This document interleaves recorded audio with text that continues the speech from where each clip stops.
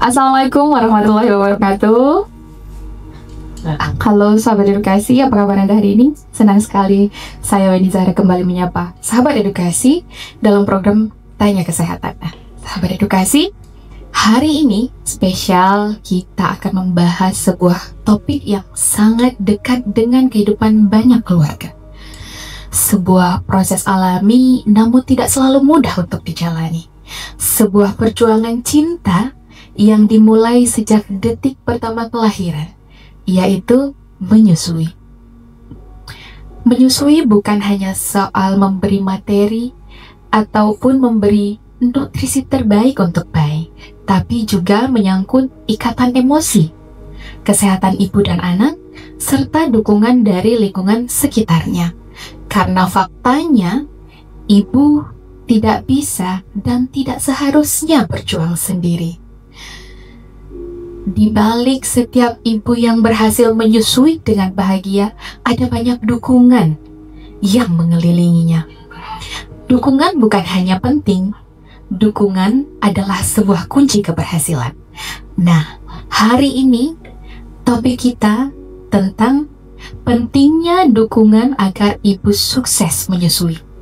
Sahabat edukasi, sudah hadir di studio kita narasumber spesial Dr. Eka Yunita Amna, spesialis anak. Beliau bertugas di Rumah Sakit Umum Dr. Zainal Abidin.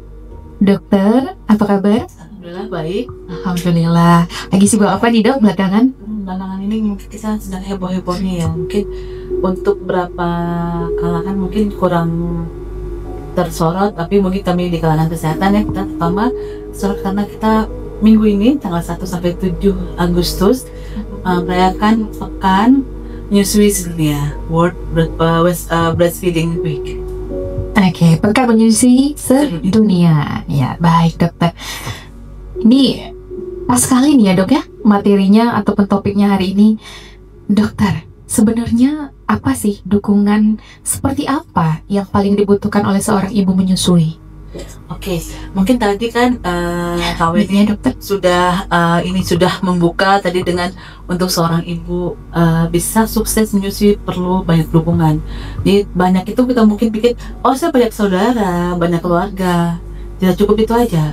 Jadi ternyata dukungan itu perlu dari seluruh pihak. Pihaknya mana aja? Yang pertama mungkin pihak dari pemerintah, ya pemerintah pusat, pemerintah daerah. Sampai di tahun 2023 pemerintah pusat sudah membuat undang-undang. Nah juga pemerintah daerah mungkin mulai dari pemerintah paling tinggi mungkin tingkatnya, tingkat gubernur atau provinsi, juga sampai ke tingkat desa, itu juga perlu. Nah itu mungkin itu tingkatnya masih di luar rumah. Yang kedua mungkin dukungan dari pihak keluarga, itu juga penting. Nah pada saat kita mungkin berkontak dengan yang namanya menyusui juga, kita pertama kali kan dimulai dari lahir, sehingga juga yang juga berperan adalah tenaga kesehatan dan sarana kesehatannya juga, itu penting. Nah begitu juga saya sebut tadi desa. Nah selain keluarga yang mendukung juga perlu tetangga, mungkin di situ Pak Kecik ya, Bu Keciknya juga perlu mendukung semuanya. Nah oke, menarik dokter. Kenapa pemerintah sih dok? Nah pemerintah tadi kenapa saya semua sebut dengan undang-undang. Mungkin kalau aja saya pada saat zaman Gubernur Abu Doto, nah kita sudah punya dulu undang-undangnya bahwa ibu yang melahirkan supaya bisa sukses menyusui diberikan cuti selama 6 bulan. Tapi mungkin agak sulit diterapkan dan atau mungkin belum diterapkan. Tapi saya rasa mungkin kalau sama-sama berpikir untuk SDM yang baik di Aceh, mungkin kita sudah boleh kaji ulang. Sepertinya baik sekali dari itu diterapkan. Nah untuk mendukung ASI dan menyusui eksklusif sendiri, pemerintah sejak tahun 2023 sudah membuat undang-undang. Juga sudah membuat tahun 2024 peraturan pemerintah untuk mendukung kegiatan menyusui, ASI eksklusif dan juga donor ASI. Jadi sehingga itu di tingkat pusat saya rasa perangkatnya juga cukup baik, termasuk undang-undang juga lengkap dengan sanksinya apabila ada pemasaran selain susu itu ada mendapatkan sanksi. Itu mungkin yang perlu digalakkan lagi karena udah ada sejak 2 tahun yang lalu. Sementara di pemerintah daerah diminta dengan undang-undang tersebut untuk membuat sosialisasi bentuknya mungkin peraturan di tingkat gubernur atau di tingkat bupati, sehingga nanti bisa diterapkan juga di tempat kita di Aceh. Apalagi kita udah punya kanunnya ya, juga di tingkat kabupaten dan juga sampai ke desa-desa. Mungkin seperti itu di tingkat pemerintah. Oke, baik. Mungkin dari pemerintah mendukung dari segi peraturan-peraturannya. Contohnya nih dok, seperti apa? Contohnya misalnya seperti ini tadi di Undang-Undang Nomor 23 tahun 2000 Nomor 43 tahun 2023 itu tentang bagaimana tanggung jawab Pemda untuk membuat hak bayi untuk mendapatkan ASI eksklusif itu bisa dijalankan. Jadi tanggung jawab nih, namanya tanggung jawab artinya harus dikerjakan yang tanggung jawab. Nah itu udah ada undang-undangnya, mungkin memang belum tersosialisasi dengan baik. Mungkin yang pertama di langkah sesuatu undang-undang itu yang penting adalah sosialisasi. Jadi mungkin perlu kita galakkan lagi, kita ingatkan lagi bahwa itu udah ada undang-undangnya sehingga bisa diterapkan di semua tempat di Indonesia termasuk di Aceh. Nah juga di tahun 2024 dibuat juga peraturan pemerintah di mana di situ dijelaskan tentang penggunaan ASI eksklusif dan ASI donor.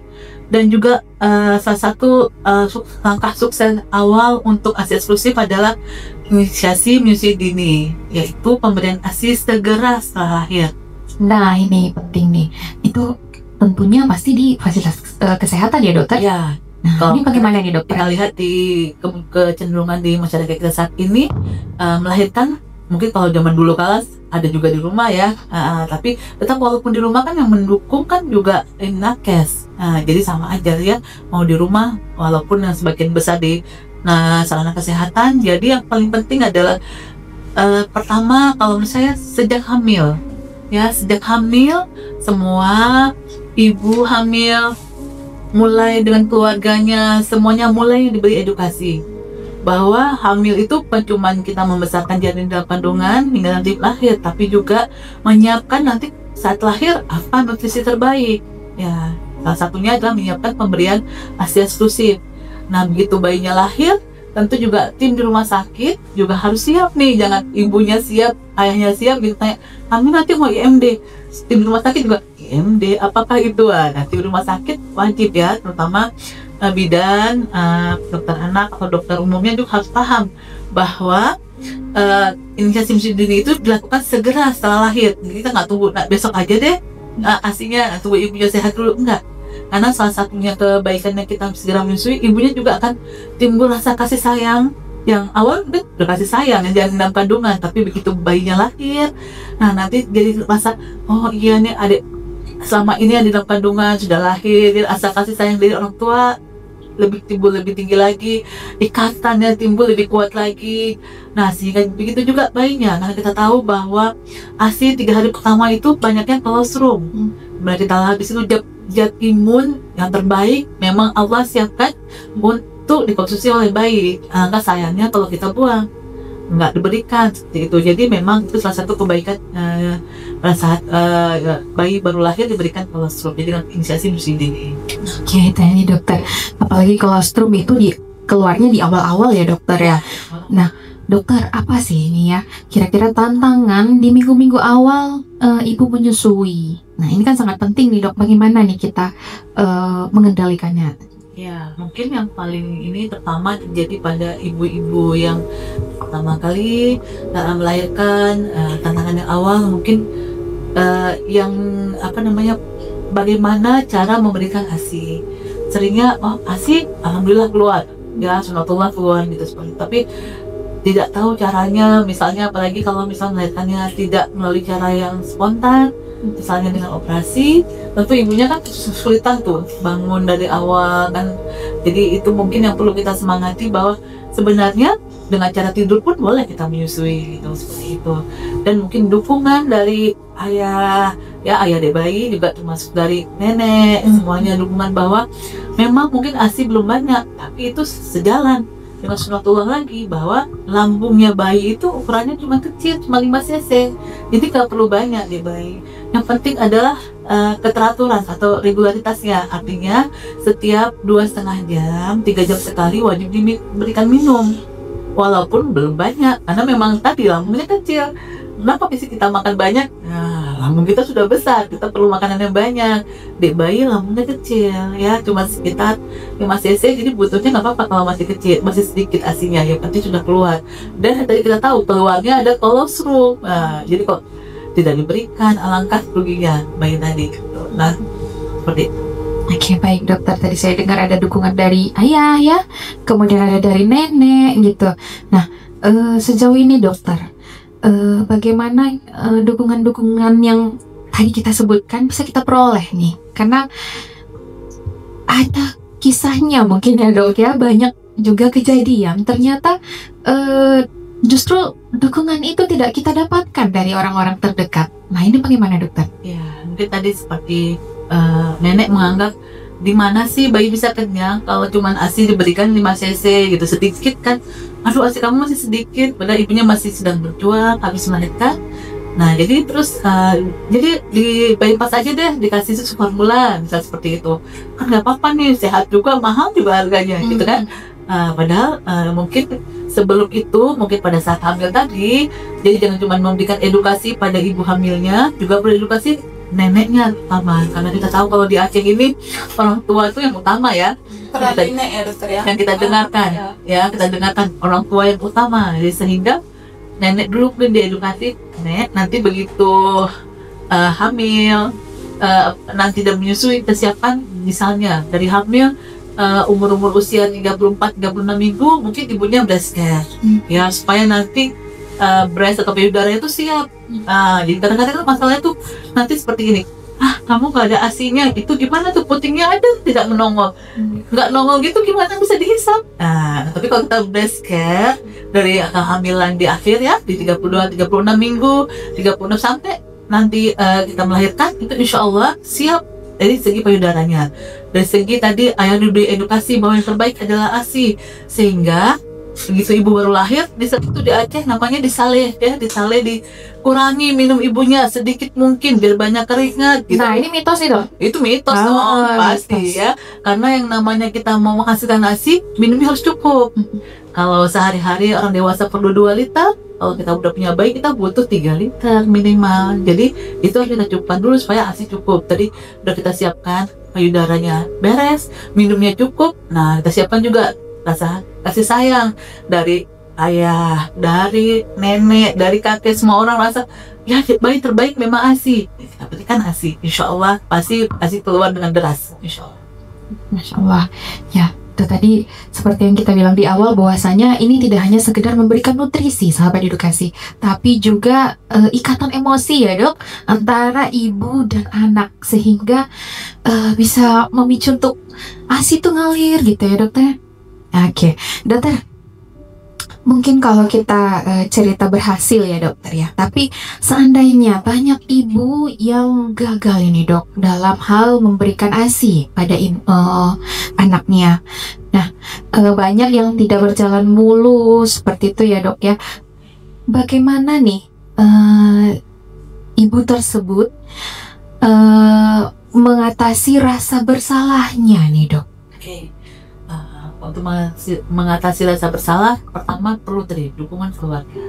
Ya, kembali kita ke judul ya, dukungan yang paling terdekat adalah keluarga, terutama ayah.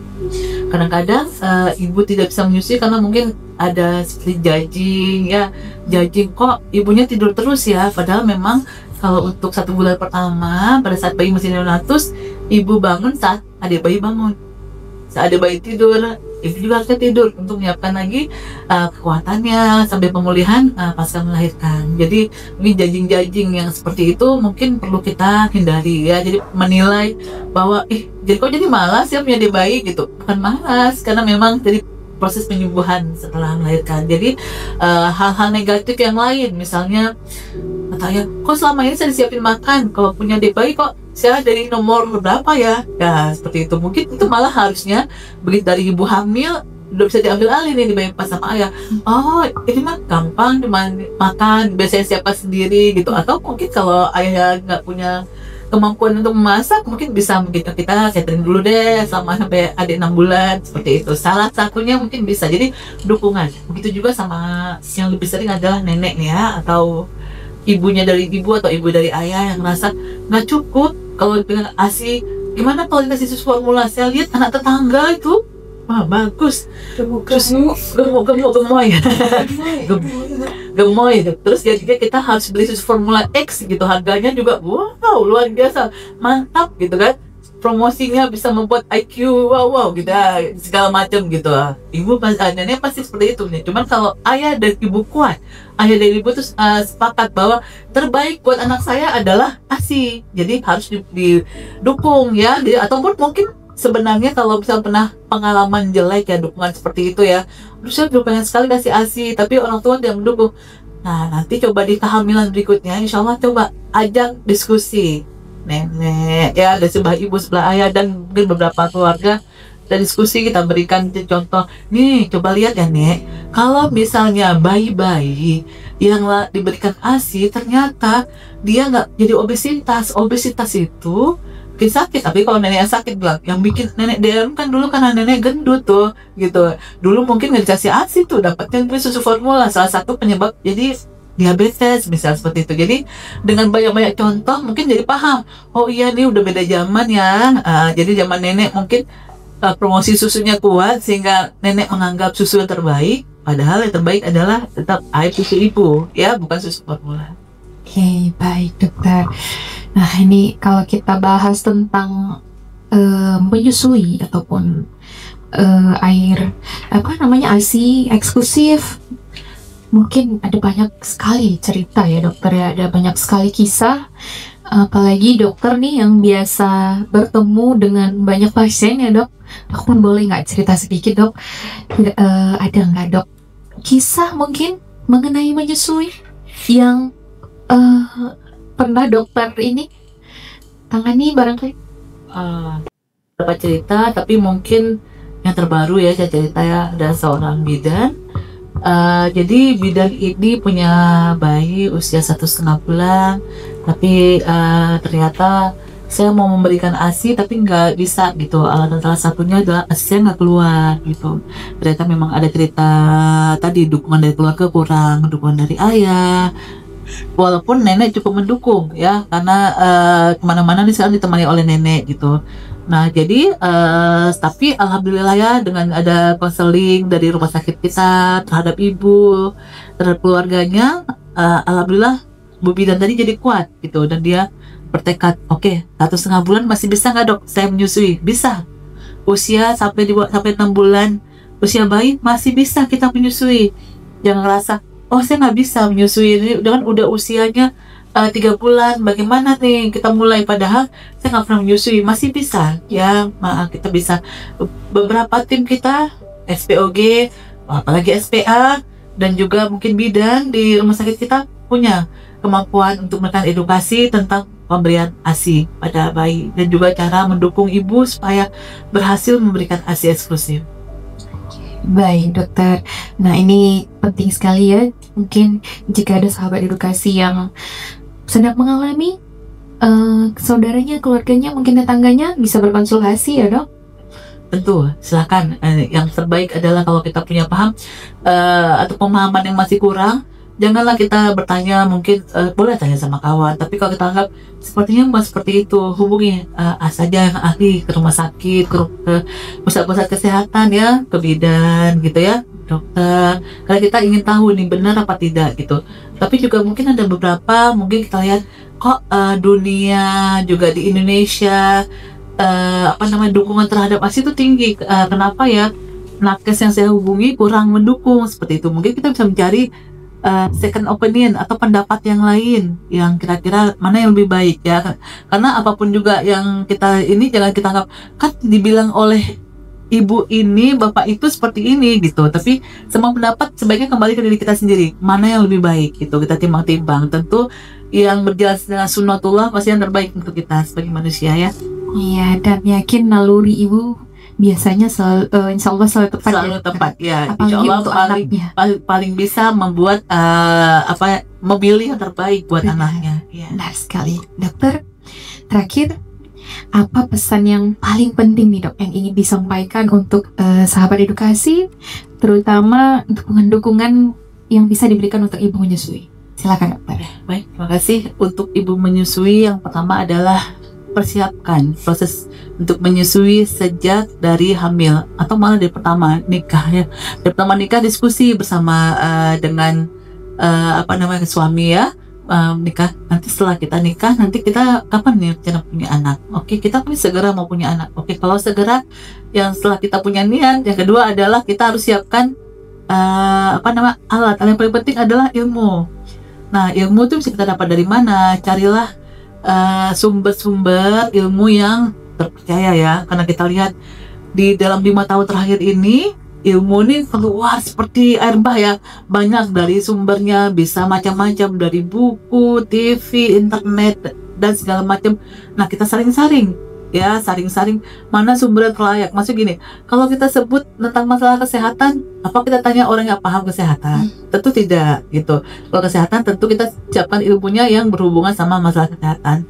Dan pemberian ASI itu bukan mahal sepele, jadi itu salah satu bentuk mendukung kesehatan, mendukung tumbuh kembang anak. Jadi tentu tanya ke orang yang paham tentang kesehatan gitu. Jadi kalau kita siapkan ilmu juga, itu yang kita siapkan dari kapan? Dari sebelum kita hamil. Kalau kita sudah hamil, harusnya tambah semangat untuk siapkan semua.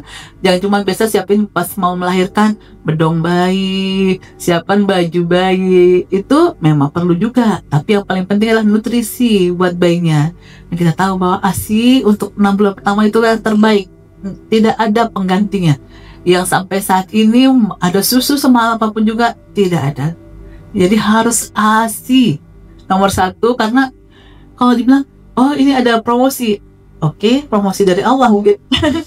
Ya, jadi ASI yang terbaik, itu yang paling penting. Baik dokter, luar biasa sekali ya dok. Ya, sahabat edukasi, dokter, kebetulan kita ada live juga. Oke, silakan. Dokter, ini ada pertanyaan nih dokter. Oh ya, silakan. Ada pertanyaan dari live sepertinya. Dokter, apa benar kalau bayi tidak mau DBF, volume ASI akan berkurang atau karena penyebab lainnya? Oke, jadi maksudnya bayi tidak menyusui secara langsung ya? Apakah karena bayinya atau penyebab lainnya? ada penyebab lainnya?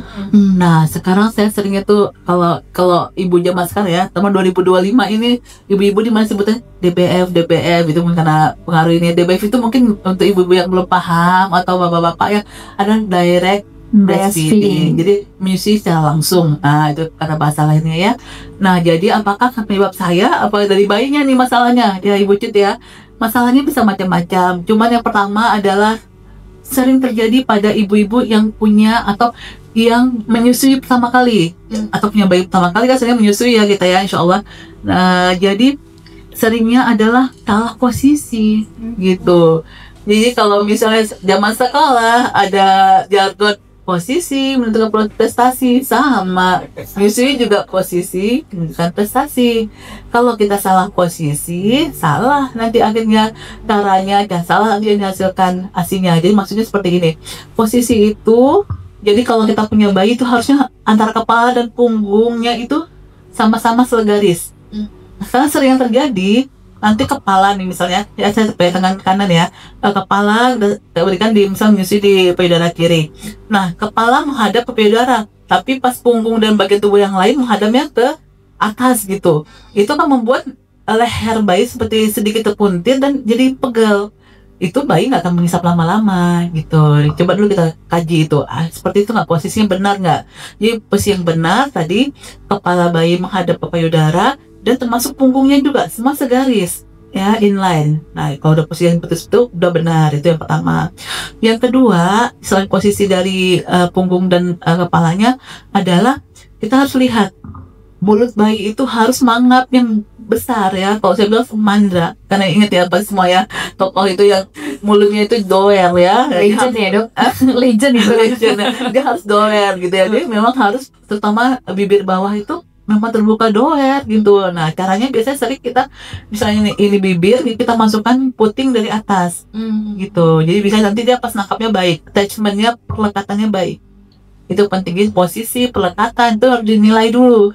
Jangan bilang, kok bayi saya nggak mau, mengisapnya cuma sebentar, tapi cara menyusuinya belum paham gitu. Jadi ternyata tadi posisi menentukan prestasi, coba dulu lihat gitu. Atau tadi saya bilang mungkin ada ibu-ibu yang tidak breast care. sehingga putingnya masuk ke dalam. Padahal breast care saya sudah cerita dari umur 36, 34, 36 umur kehamilan kita 34, 36 minggu ya. Silakan mulai breast care karena itu persiapan untuk sehingga putingnya tidak masuk ke dalam. Jadi salah satu seperti itu. Dan kalaupun terjadi masalah seperti tadi, silakan berkonsultasi ke yang terdekat bidan atau dokter yang paham tentang menyusui. Dan juga mungkin yang lainnya bisa timbul masalah. Mungkin satu lagi adalah disusui mungkin waktunya bayinya baru isep ya, menyusui selama 15 menit sampai setengah jam itu adalah waktu yang ideal. Bayi mengisap kuat 15 menit sampai setengah jam, bayi tidur, tapi ibunya mungkin karena punya bayi pertama, kamu nyusuin lagi gitu, dibawa lagi. Enggak, jadi kalau bayi nangis jangan yang pertama nyusuin, coba lihat dulu sejahtera nggak bayinya, jangan-jangan pup. Karena saya pernah punya pengalaman seperti itu. Kok ini bayi rewel mulu sih, jelas nyusuin sudah bagus, udah 15 menit, udah setengah jam nih kayaknya, mau apa lagi sih, kok kamu nggak nyaman, kenapa kamu masih nangis gitu ya, baru tahu sebentar 15 menit ternyata dia pup. Untuk beberapa bayi kalau dia popoknya basah, punya pup atau pipis yang udah penuh, tolong segera diganti, itu nggak nyaman buat dia. Nah, jadi kita buat dia nyaman. Kalau dia nggak nyaman, insya Allah dia nggak rewel lagi. Dia nyusuin lagi, bukan itu. Ya, udah nyaman. Kita lihat waktunya. Kalau ASI 2,5 jam, kayaknya lambung bayi udah kosong, silahkan kita kasih lagi, nggak apa-apa. Ya, jadi kalau menyusui juga ada nih mungkin masalah ibu-ibu yang saya nyusui cuma 6 kali dalam sehari, nggak cukup bu, gitu. Nggak cukup untuk apa? Untuk membuat payudaranya itu memproduksi lebih banyak lagi. Jadi memang sunatullah ya, namanya payudara itu kalau dikosongkan setiap 2,5 jam, 3 jam sekali, insya Allah bayinya cukup dan juga akan diproduksi lagi. Kalau nggak diberikan lebih dari 3 jam, lama-lama akan diserap lagi, sehingga lama-lama asinya kurang. Kok kurang ya? Rupanya tadi frekuensi pemberiannya kurang, seperti itu. Oke, ternyata semakin dikeluarkan semakin diproduksi lebih banyak lagi. Iya, Itu ya, tapi dokter? timingnya harus tepat, 2,5 jam sampai 3 jam. Untuk bayi-bayi prematur yang ukuran berat badannya kurang dari 2,5, bisa setiap 2 jam sekali. Oke, baik dokter. Begitu Bu Cucia? Ya. Masih ada pertanyaan yang lain lagi? Tidak ada. Ya, dokter. Mengenai pentingnya dukungan agar ibu sukses menyusui, luar biasa materinya dok. Semoga apa yang dokter sampaikan bermanfaat ini untuk sahabat edukasi semua. Jika tidak ada yang mau bertanya lagi, sahabat edukasi, mungkin sudah cukup ya edukasi kita pada hari ini. Kita sudahi dulu dokter. Kami ucapkan terima kasih banyak dokter. Sama kali ini. Sudah hadir nih di studio Rumah Sakit Umum Dr. Zainal Abidin untuk membahas materi kita pada hari ini. Semoga apa yang disampaikan oleh dokter bermanfaat untuk kita semua. Oke, sahabat edukasi, berakhir sudah acara kita pada hari ini. Kami ucapkan terima kasih kepada seluruh tim yang bertugas, terutama tim hebat PKRS RSUD Dr. Zainal Abidin, sehingga informasi ini dapat tersampaikan dengan baik. Kami juga punya YouTube channel yang bisa dikunjungi untuk mendapatkan informasi kesehatan lainnya. Dan akhir kata, saya Weni Zahra dan narasumber kita undur diri. Dokter, Assalamualaikum warahmatullahi wabarakatuh. Salam sehat, salam edukasi. Oke. Terima kasih dokter. Asik. Malah saya kalau ini apa